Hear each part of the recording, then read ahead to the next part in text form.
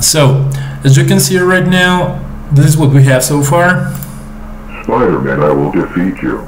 We have this element, this spider that Spider-Man is gonna shoot, and well, this is shooting, right? So this, you need to look for something that you would like to shoot. So in my case, I looked for this spider. How do you look for these elements? Let me show you. Once that you are here in PNG-all, you can look for, yeah, you can shoot anything. You can shoot one of these, you can shoot, I don't know, this, a radish. So in this example, Spider-Man is gonna shoot radishes, and you have the file right here. So I'm gonna include this sprite in my animation, or this radish in this case, and I have the radish right now, right? So I'm gonna decrease the size of this because otherwise it's gonna be super big. So maybe 20%, yeah, like this. So what we have to do is, first of all, as you can see right now, whenever we start, well, I'm gonna hide this one for a second. Whenever we start with the game, this shouldn't be here because this only appears when the fight starts. So that means that when I start with the game, when I click on the green flag, this is gonna hide. So it's here in looks and then hide. So whenever I start the game, this shouldn't be here. I'm gonna show it. Okay, so this shouldn't be here. When I remember that Spider-Man says the last phrase. So so let's see who wins this fight, man. This is the last phrase before the fight starts.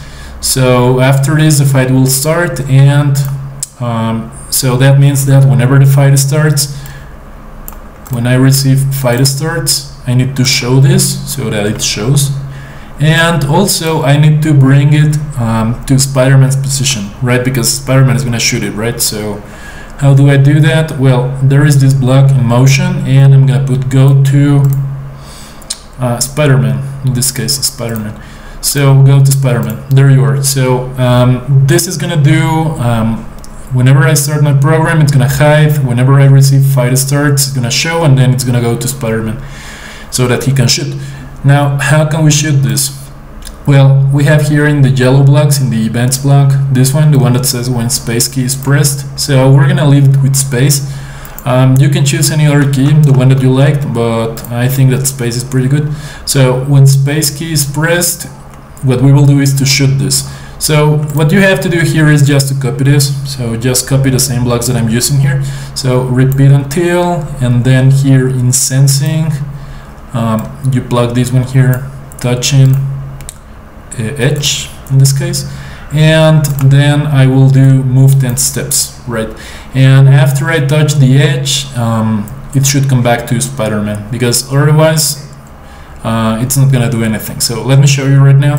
I'm gonna remove this one because we're not gonna use this one anymore. So I'm gonna let the radish here, and I'm gonna show you. So I'm gonna fast forward the introduction so that you can only see this part.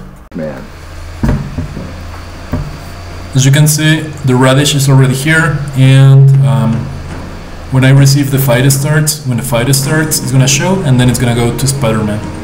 It's here with Spider-Man. Now, when space key is pressed, this is gonna happen. So what will happen is it's gonna move 10 steps in this direction, like this, right? So there, and nothing happens afterwards, right?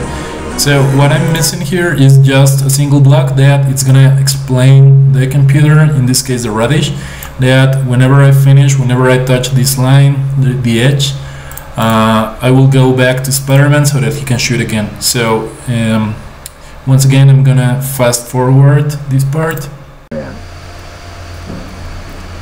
Yeah, so now as you can see, this is gonna get activated when I press the space key, right? And it comes back. So this is exactly what I'm doing right here. Repeat until I touch the edge, and then he's gonna go back to Spider-Man. There you are.